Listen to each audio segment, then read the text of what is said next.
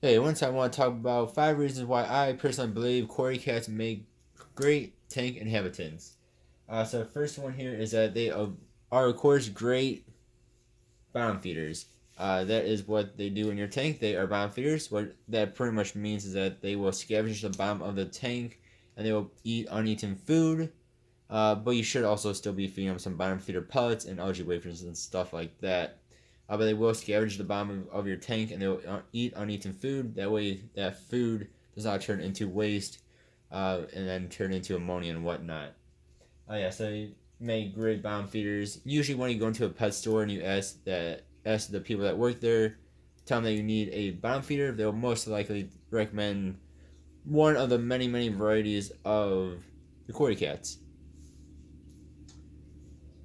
Second reason would be is that they are very fun to watch. So as you've seen throughout this video, and you will keep on seeing throughout this video, is that they are very active. You can see I have the two of them right there. That's just two of them. Again, I have six of them in this tank, and you see they're moving back and forth, back and forth. Um, yeah, so they're very active and they are fun to watch. So they are bottom feeders, but they do not stay strictly to the bottom of the tank.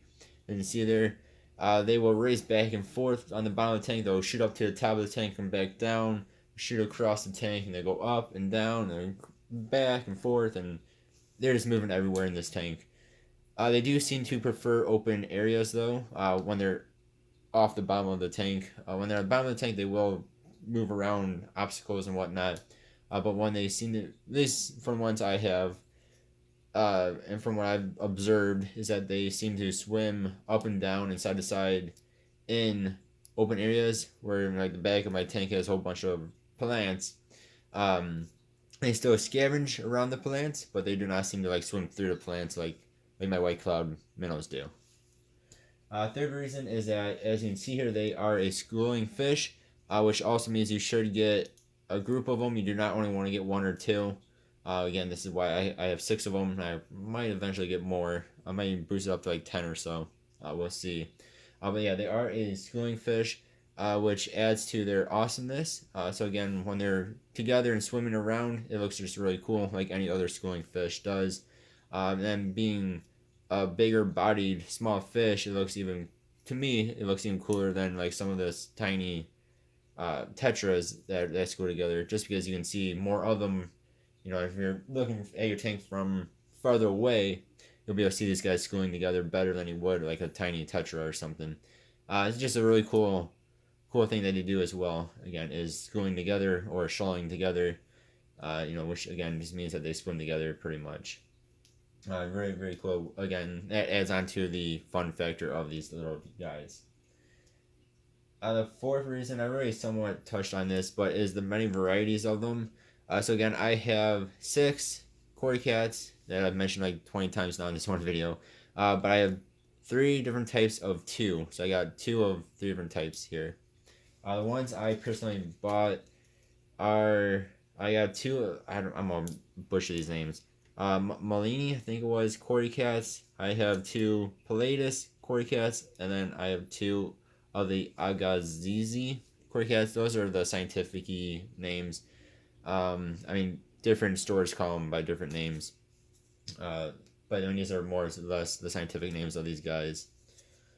Yeah, so but I mean, there are crazy amounts of varieties. You can get the albino ones. You can actually get pygmy cories, which don't grow past an inch.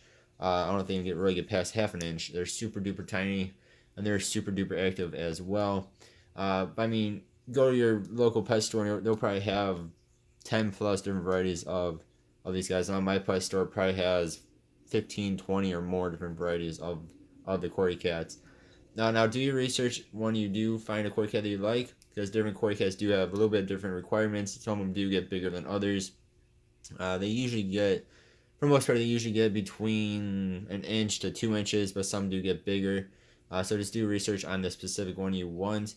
And then if you want to do like me, where you have different cory cat varieties, you can also see if they will kind of school together or not. My guys actually do seem to do it. The two big ones are the same.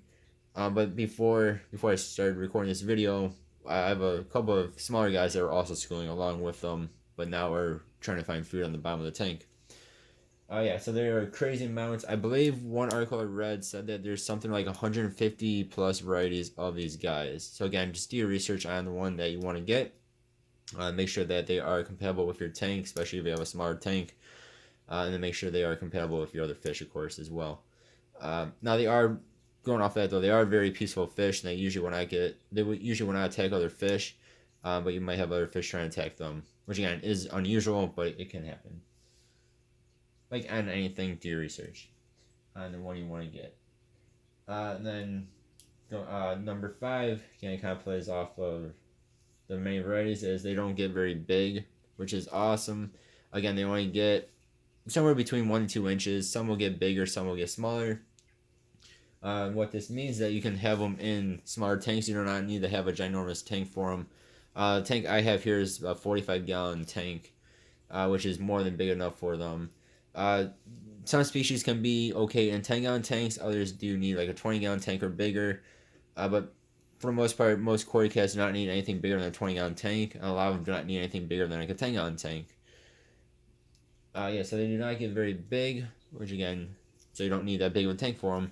But of course, the bigger your tank, the more active and more happy they're gonna be. Again, they're very, very happy in my 45-gallon here. I mean, I'm sure they'll still be happy in a smaller tank, of course. Just of course, bigger is better for these guys, as you can see how active they are. So you don't want to go too small on your tank size.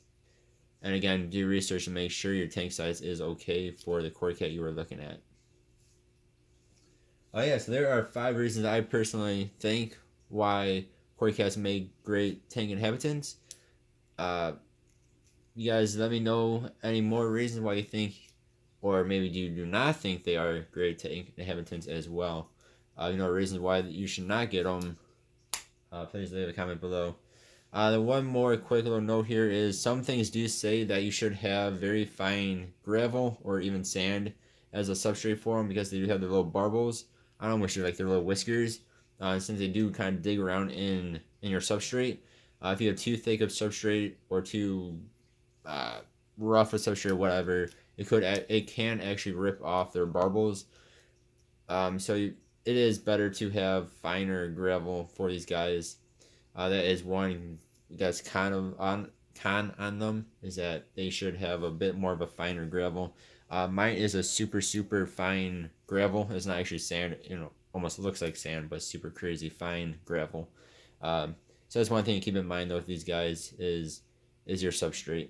So yeah, so thank you guys very much for watching. Leave any comments on other reasons why you think they make great tank inhabitants or reasons why you don't think they do. Yeah. Hope you guys have a good one and see you guys next time. Goodbye.